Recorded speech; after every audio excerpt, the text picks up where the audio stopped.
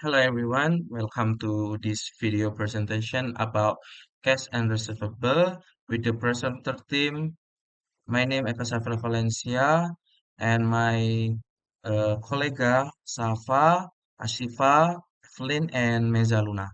Enjoy the video.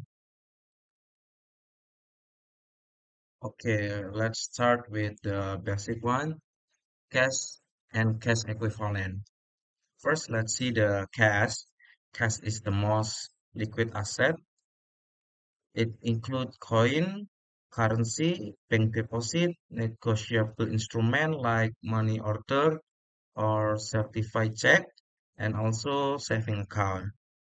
And however, it does not include posted check, EOU, travel advance, posted stamp, because it does go to receivable or prepaid.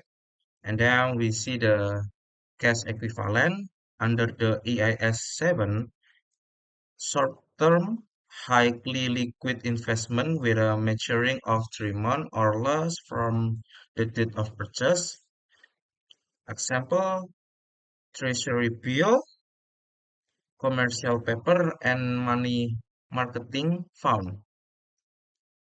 Uh, for warning, do not classify longer-term investment like auction rate note as cash equivalent because that was a mistake some company made during the credit crisis and it led to misleading statement.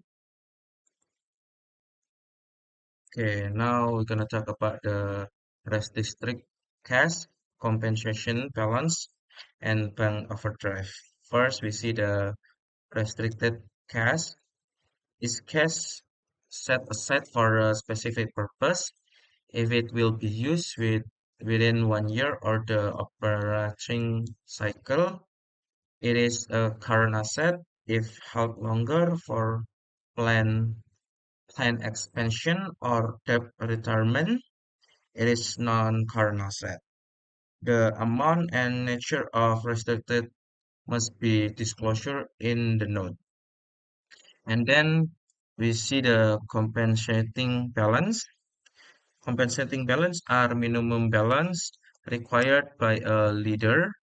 For short-term borrowing, they are still current asset, but disclosure separately. And for longer term borrowing, they are non-current asset.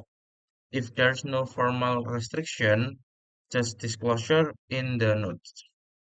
And then bank overdraft. Bank overdraft happen when you write a check for more than the cash balance.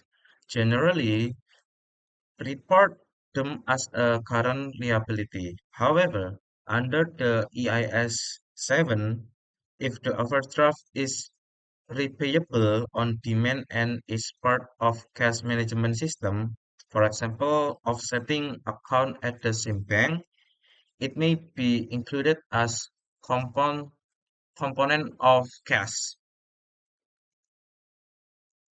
Yeah, and here's a quick summary table for classification. We can see on the table unrestricted cash, PT cash, and change fund are cash. Short-term paper of 3 months or less is cash equivalent. Longer paper goes to short-term investment. Posted check and EOU are receivable. Travel advance are receivable or prepaid.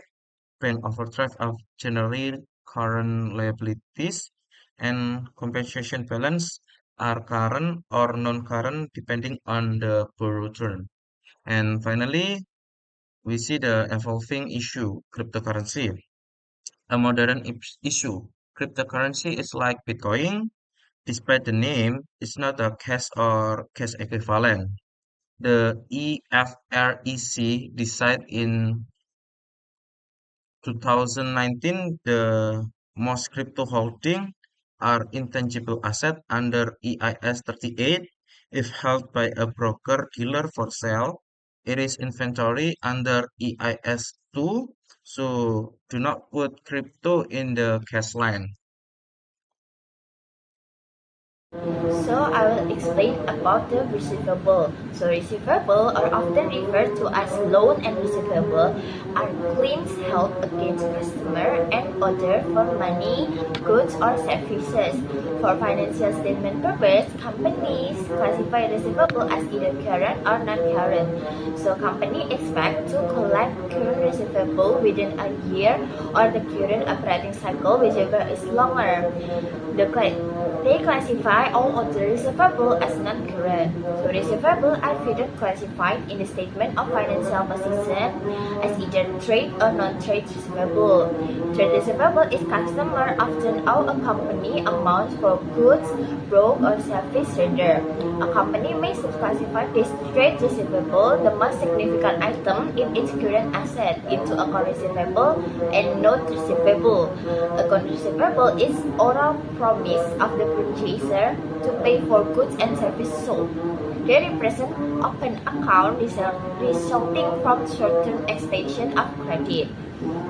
So a company normally collects them within 30 to 60 days. Note receivable are written promise to pay a certain sum of money on specified future date. They may arise from sales, financing, or other transactions.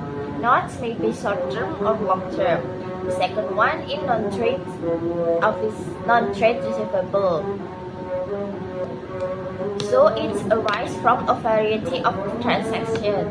So some example is like advance to officer and employee, advance to subsidiary, this deposit paid to cover potential damage or loser, etc. So because of the peculiar nature of non-trade receivable, companies generally report them as separate item in the statement of financial position. So there is the two example in the Heineken company and the Nokia company. In the Heineken company, they record the trade and other receivable, while the Nokia company just the trade receivable. So the basic issue in accounting for accounts and notes receivable are the same. It's the recognition and valuation.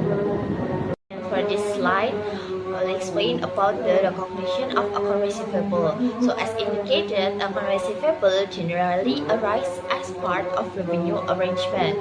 For example, if Lululemon Athletica Inc. can sell a yoga outfit to Jennifer Burian for $100 on account, when does Lululemon recognize revenue and the related account receivable? So as indicated in Chapter 2, the revenue recognition principle indicates that Lululemon should recognize revenue when it satisfies its performance obligation by transferring the good or service to the customer. It follows that in the Lululemon situation, the yoga outfit is transferred when Jennifer obtains control of this outfit. And then the next is measurement of the transaction price. So the transaction price is the amount of consideration that a company expects to receive from a customer in exchange for transferring goods or service. Company must take into account items such as a variable consideration, which may affect the account receivable balance. And the next, there is a variable consideration. In some cases, the price of good or service is dependent on future event. Even here are 4 items that affect the transaction price and thus the account receivable balance. The first one is trade discount. So a company use such trade discount to avoid frequent change in catalog, to alter price for different quantity purchase, or to hide the true invoice price from competitor. So for example, say we buy cell phone has a list price of $90 and the manufacturer sell it to Best Buy USA for less of 40% trade discount. The manufacturer then records the receivable at $54 per phone. The manufacturer, per normal practice, simply deduct the trade discount from the list price and bill the customer net. The other 3 variable consideration will be presented in the next slide. So this slide will explain about the variable consideration. The second one is cash discount or sales discount. The company offer cash discount to interest per payment. Cash discounts are generally presented in terms such as 2% if paid within 10 days, post amount due in 30 days, or 2% if paid anytime by the 10th day of the following month, with full payment due by the 13th of the following month. Company should record account receivable and related revenue at the amount of consideration expected to be received for a customer. For example, there is a gross method and net method. So this is the example. Assume that Henley Company sells goods for 10,000 euro to merchant group with the term 2% net 30, and Henley expects that the discount will be taken as a result. Henley recorded account receivable and related sales revenue as its net price, 9,800 euro. This approach is often referred to as the net method, as it attempts to value the receivable as its cash realizable value. If Murdoch fails to take the discount, then Haley debits the discount not taken to account receivable and credits sales discounted provided.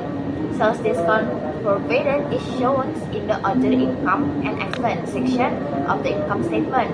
Theoretically, the net method is correct because the receivable is stated at cash realizable value, assuming estimated are correct, and net sale measure the revenue recognized from the sale. However, many companies continue to use what is referred to as the gross method in recording and the receivable and related sales. If Henley uses the gross method, it records the account receivable and related sales revenue at 10,000 euro, not 9,800 euro. Under the gross method, Henley recognizes sales discount when it receives payment within the discount period. Henley income statement then shows sales discount as the deduction from sales to arrive at net sales. Then the gross method is present because company may not use the net method for practicability reason. That is, the net method requires additional analysis and bookkeeping to record sales discount provided on account receivable that have passed the discount period. If collection periods are relatively short, using either the gross or the net method result in the same amount for revenue and receivable, which are equal to the transaction price. Any difference that arises are likely to be immaterial. The third one is sales return and allowance. Another from variable consideration relates to sales return and allowance. For example, assume that Max class sells hurricane glasses to Oliver Builder. As part of the sales agreement, Max included a provision that if Oliver is dissatisfied with the project, Max will grant an allowance on the sales price or agree to take the product back. As a result, Max should record the account receivable and related revenue at the amount of consideration expected to be received. The amount to be recorded will include an estimate of sales return. The fourth one is time value of money. So theoretically, account receivable should be recorded at their present value because money waiting to be collected is inherently less valuable than cash in hand. For instance, a 1,000 euro payment due in 4 months is technically worth only 961.54 euro today at a 12% interest rate, with the difference representing interest revenue earned over time. However, in the real world, accountants usually ignore this discount for a standard sales because the difference is immaterial for any payment due within 1 year. It is only when a sale involves long-term financing that the time value of money becomes mandatory adjustment rather than just a theoretical nonsense. Goal of valuation is to report receivables at their cash realizable value on the statement of financial positions. This represents the net amount the company expect to collect in the cash. The reality of bad debts, a normal and necessary risk of doing business on credit, is that some customers will be unable to pay. Reasons can include an economic downturn causing a decline in sales or personal financial crises like layoffs or unexpected bills. Uh, Accounting for credit losses when a company determines it has incurred a credit loss. This is recognized as an operating expenses called bad debts expense or uncollectible accounts expense. There are two primary methods. First is direct write-off method and allowance method. The next is direct write-off method. So how it works? Companies do not anticipate or estimate uncollectible accounts. A specific account is written off only when it is determined to be uncollectible. The effect is bad debt expense will only show the actual losses from uncollectible from that specific period. Financial statement presentation, accounts receivable are reported at their gross amount. The pros is simple to apply. There is no estimation or complex calculation are required. It is also focused on facts. It is proponents argue it records the realized and factual losses, not guesses. This method is often used for tax purpose. The cons is fails to record expense as incurred. So the expense is recorded in a period after the correct responding sale occurred, violating the matching principle of revenue and expense recognition. Overstate receivables. Receivable on the statement of financial position are not stated at their cash realizable value, but rather their full amount, which is misleading. The next one is allowance method for uncollectible accounts. These methods involves estimating uncollectible accounts at the end of each accounting period. This ensures that companies state receivable at their cash realizable value on their reporting dates. There are three essential features. First one is estimate. The companies estimate the portion of uncollectible accounts and compare it to the current balance in the allowance account. Next one is adjusting entry. A debit is made to bad debt expense to record the estimated increase in uncollectibles with correct corresponding credit to allowance for doubtful account, a contra asset account. And then the last one is specific write-off. When a specific customer account is determined to be uncollectible, that actual amount is debited from allowance for doubtful accounts and credited to accounts receivable. Estimated uncollectibles allowance method. Assume in 2022, the first year, Brown Furniture has credit sales of 1 million and 800,000 euro and 550 euro remains uncollected at December 31. The credit manager estimates that 10,000 euro of these sales will be uncollectible. Assume a zero beginning balance in the allowance account. The journal entry is bad debt expense 10,000 euro and allowance for doubtful accounts 10,000 euro. To record estimate of uncollectible accounts. Allowance for doubtful accounts shows the estimated amount of claims on customers that the company expect it will not collect in the future.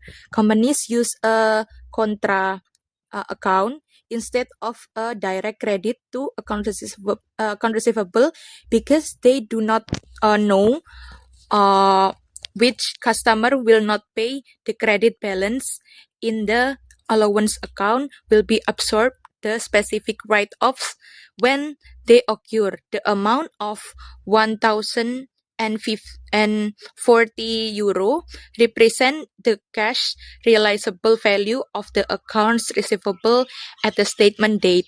Companies do not close allowance for doubtful accounts at the end of the fiscal year. Next is writing off uncollectible accounts. A vice president authorized the write-off of a 1,000 euro balance owed by Randall PLC on March 1, 2023. Journal entry of March 1, 2023 is allowance for doubtful accounts 1,000 and accounts receivable Randall PLC 1,000 euro. Impact of write-off is there is no income statement impact. Bad debt expense does not increase. The company already recognized the expense when it made the estimate. And the balance sheet effect, the entry reduces both account receivable and allowance for doubtful accounts. Statement of financial position accounts only write off only the affects these permanent accounts. Next one is recovery of an uncollectible accounts. So what happen if a company collects from a customer after having written off their account? There are two-step entry process. First is reverse the write-off.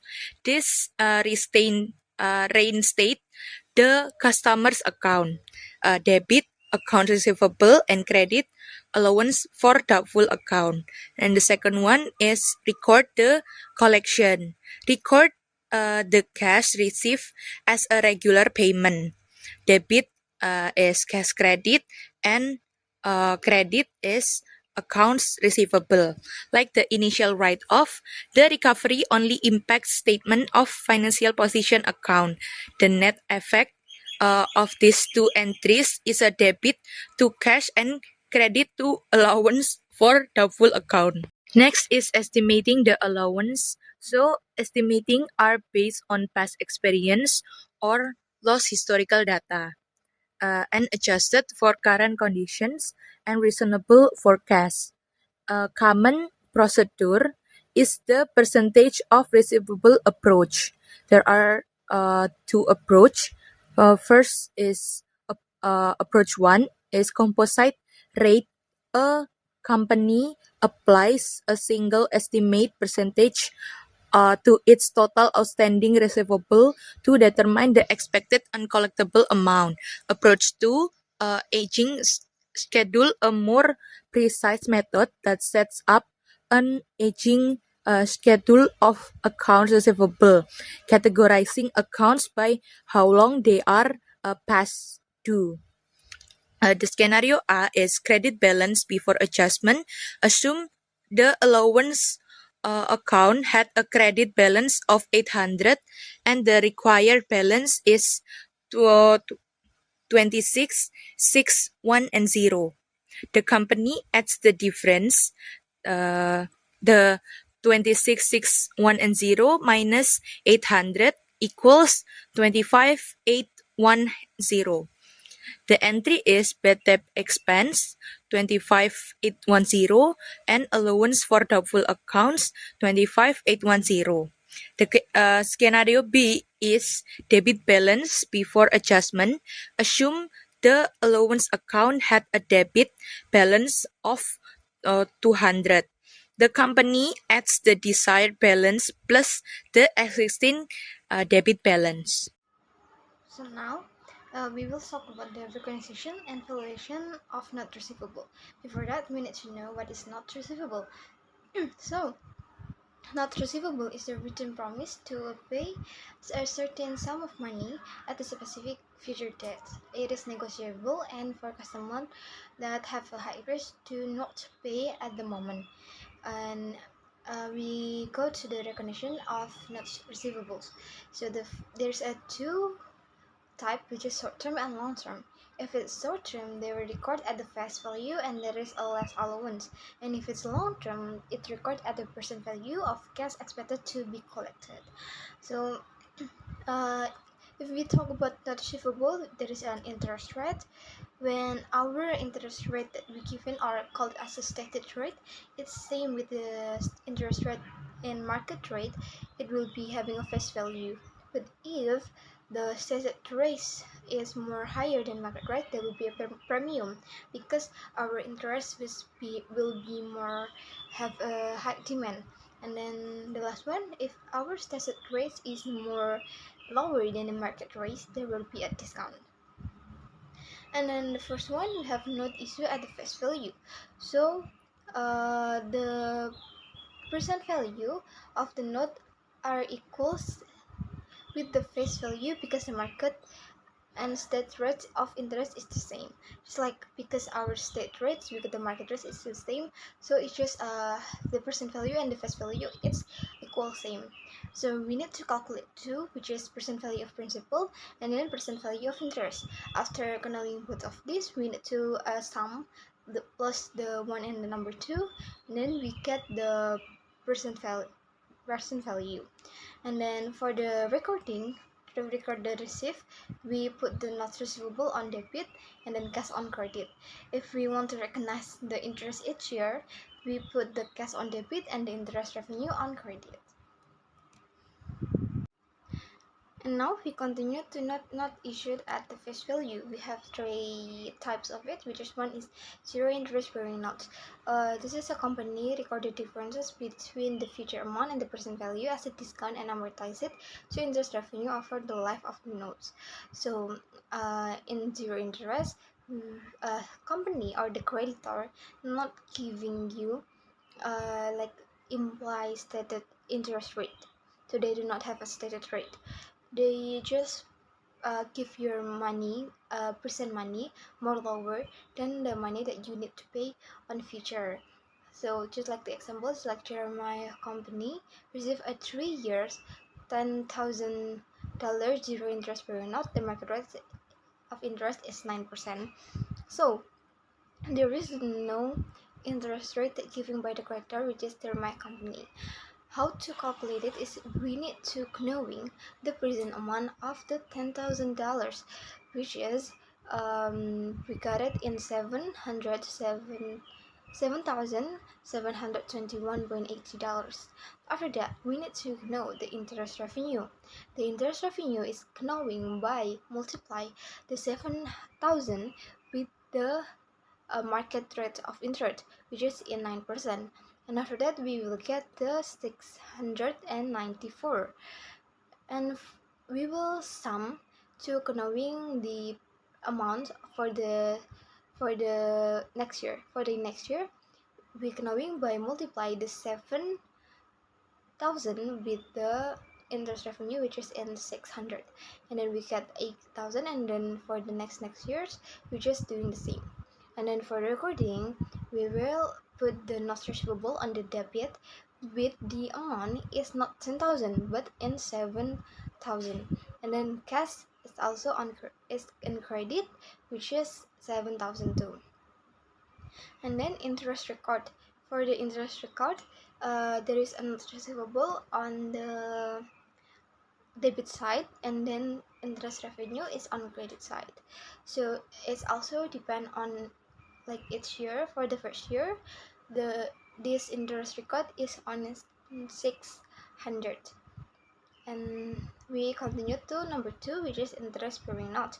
In here, the creditor giving you imply to you the interest rates. Just like the example is Morgan Group makes a loan to Miracle and receive in exchange a 3 years of $10,000, 10,000 euro, not bearing interest at the 10% annually. The market rate of interest for a note of similar risk is 12%. So for here we have a face value which is in 10,000, so we need to knowing how many the present value. And then here we got the present value is 9,520, and we can see in here that there is a differences between the face value and the present value, because it happened because our like the creditor state rate is more lower than the market rate, so there's a discount which is in 480. And for the recording, we put the not receivable on the debit, and then in credit we have cash. And remember to record the present value, not the face value. And then for how we like a change, how we make the 9,000 is become 10,000 in the next 3 years. So first we need to knowing the cash receive. So the cash receive is by multiplying the amount, the face value, which is in 10,000 euro, will multiply with 10% because the interest given is 10%, and then the cash receive for each year is in 1,000. And then how about interest revenue? So to know interest revenue, we need to know the discount amount for each year. So for the end of year one, we need to multiply the percent value of the note. It's multiplied with the market rate, which is 12%. So it's 9,520 is multiply with the 12% of a market rate. For that we have 142 euro, and after that we will sum it, and there is a interest revenue. So for the next year, just like the same, we just before that, to knowing the carrying amount for the end of the year one, we need to sum the percent value with the discount amortized. Just plus it, and then you will get the carrying amount for the end of year one. And then for the next, you will do the same. And then for reporting, there is a annual interest, which is a cash. We record it as a cash in debit and not receivable in debit. And then for the credit, there's an interest revenue. To the note issue at the face value number 3, which is not received for property, goods, or service. So this is just like notes that you use to buy if someone there is a buyer property, good, or service using a not receivable. For this case, the state interest rate is presumed to be fair unless one of following occurs, which is no interest rate is stated, 2 the stated interest is unreasonable, and the 3 is the face amount of the note is materially different from the current asset, the current cash sales price for the same or similar item, or from the current fair value of a debit instrument. But how a company can choose the interest rate? To estimate the present value of a note under such a problem, the company must approximate an applicable interest rate that may be different from the stated interest rates. This process called imputation. So the result interest rate will be called imputed interest rate. And then we will talk about the valuation of note receivable, which is a company records and report short-term notes receivable at their cash realizable value, and then the computation on estimate involved in following short-term notes receivable and in recording bad debt expense and the related element exactly parallel that for trade account receivable. Now I'm gonna explain about other issues related to receivable. There is the recognition of receivable. It means not being recognized doesn't mean we remove the receivable, but we move by transferring it to another company. And when we use the recognition of receivable, we use it when the receivable no longer has any value and the contractual rights to the cash flow of the receivable no longer exists. And when the companies transfer a receivable to another company, thereby transferring the risk and the rewards of ownership to another company. Now I'm gonna explain about transfer of receivable. The company did that because the company need cash quickly So it sells receivable to a third party, namely factor. And the reason for the transfer of receivable to another party is accelerate the receipt of cash, competition, sell receivable because money is tight, and billing or collection are time consuming and costly. And the transfer of receivable happens in two ways. The first one is sale of receivable, and the second one is secured borrowing. If you want to transfer every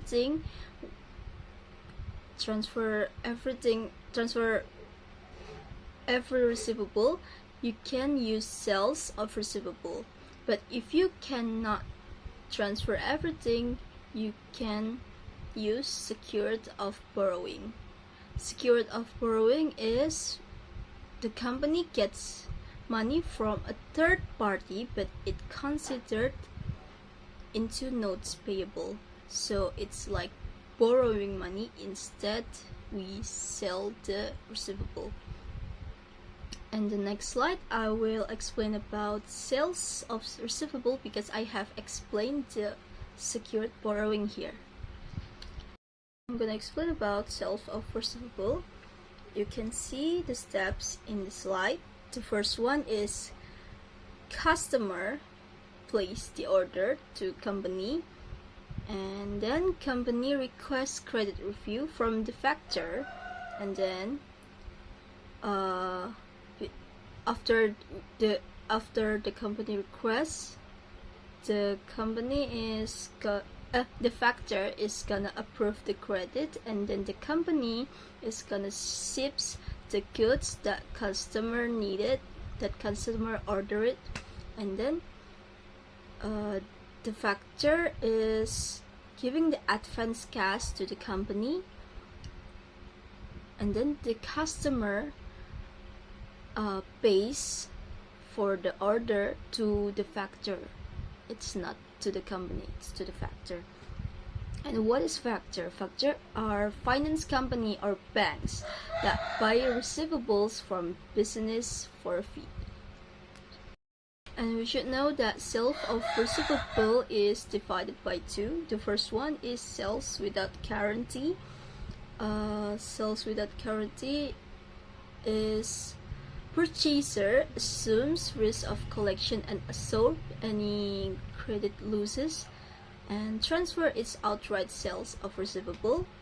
Seller records loss on sale, and then seller use a due from factor or receivable account to cover probable sales discounts, sales return, and sales allowance. Second one is sales with guarantee. Is like the seller guarantees payment to purchaser, and then transfer is considered a borrowing and sometimes referred to as a failed sale. And the purchaser does not receive 100% because there's a fees from the seller that are diverted to the purchaser. Now I'm gonna explain about presentation and analysis. And the general rules in classifying receivable are: the first one is segregate and report the carrying amount of the different categories of receivable. The second one is indicate the receivables classified as current and non-current in the statement of financial position. The third one is appropriately offset the valuation accounts for receivables that are impaired, including a discussion of individual and collectively determined impairments. The fourth one is disclose the fair value of receivable in a way that permits comparison with the carrying amount of the receivable. Next is disclose information to assess the credit risk inherent in the receivable by providing information on the first one. We have receivable that are neither past or due nor impaired. Second one is the carrying amount of receivable that would otherwise be passed due to impaired, but whose term has been renegotiated. And the last one is for receivable that are either past due or impaired. Provide an analysis of the age of the receivable that are past due as of the end of reporting period. Sixth one is disclose any receivable pledged as collateral, and the last one is disclose all significant concentration of credit risk arising from receivables. We have analysis of receivable, and the formula of account receivable turnover is net sales divided by average trade receivable in net, and the ratio used to assess the liquidity of the receivable and then measure the number of times on average a company collects receivable during the period. Thank you for watching this video. Hope that this material can be useful for all of you, and thank you for your attention. Bye bye.